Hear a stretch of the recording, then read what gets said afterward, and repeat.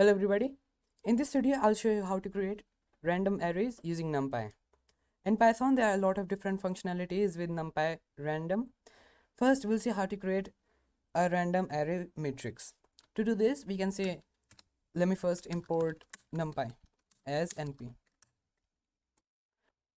Alright, to do this, I'll say np.random.rand, then brackets, and then pass in two parameters. For example, I'll say that I want 2 rows by 3 columns. When I will run the cell, I will have 2 rows with 3 column array. Now, what if we just want to create an array and not a matrix? So to do this, I'll say np.random.rand. Now I will say in the brackets that I want 3 array of random values. When I will execute this cell, it will give me 3 random values with uniform distribution between 0 and 1.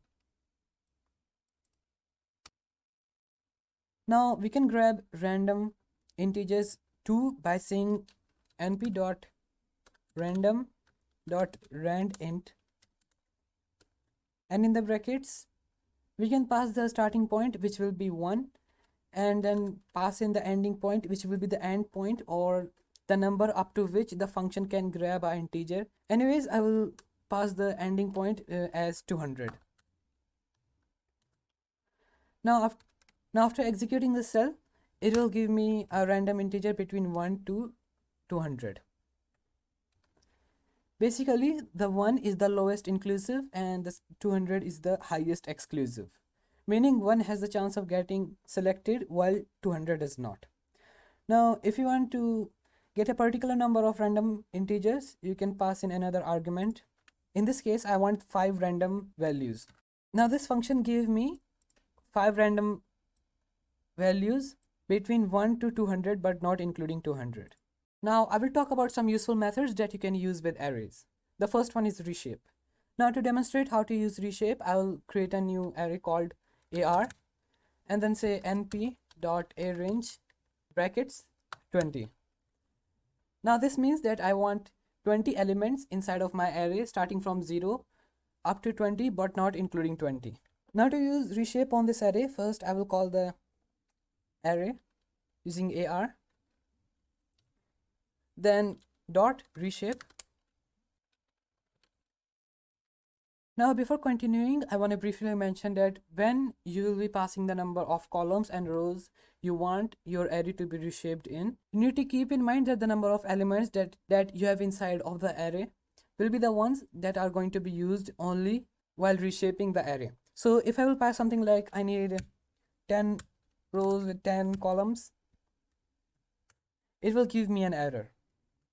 Now this array is saying that you cannot reshape an array of size 20 elements into the shape 10 by 10 rows and columns. But when I will pass in the number of columns and rows, which will actually use the exact number of elements that I have inside of my array that I want to be reshaped, then it will work out fine. Such as if I will say that I want 4 rows by 5 columns, the function will be executed without any problem. Now let's take a look at the methods that can be used to find minimum and maximum values.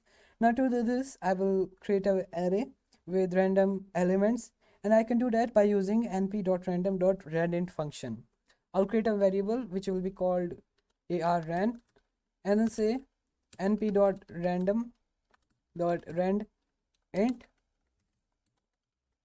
I need random integers from 0 to 100.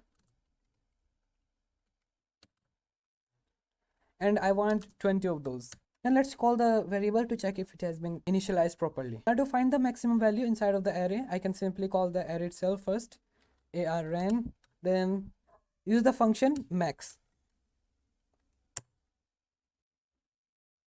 So now the function will return the highest value from the array. In this case, it's 98. Similarly, to find the minimum value from the array, I can use arran, call the array, and then use min function. So the function returned that there is 1. Now to find the index position of the maximum number from the array, I can use argmax function to find it. First I will call the variable where I've stored the array, then dot argmax execute it.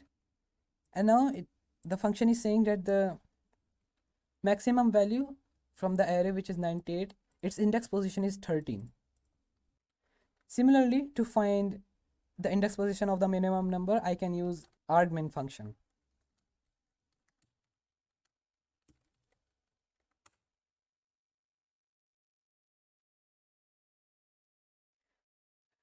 So now that's it for this video. I hope you learned something new today. If you have any doubt or question, you can always go to the comment section to ask them there.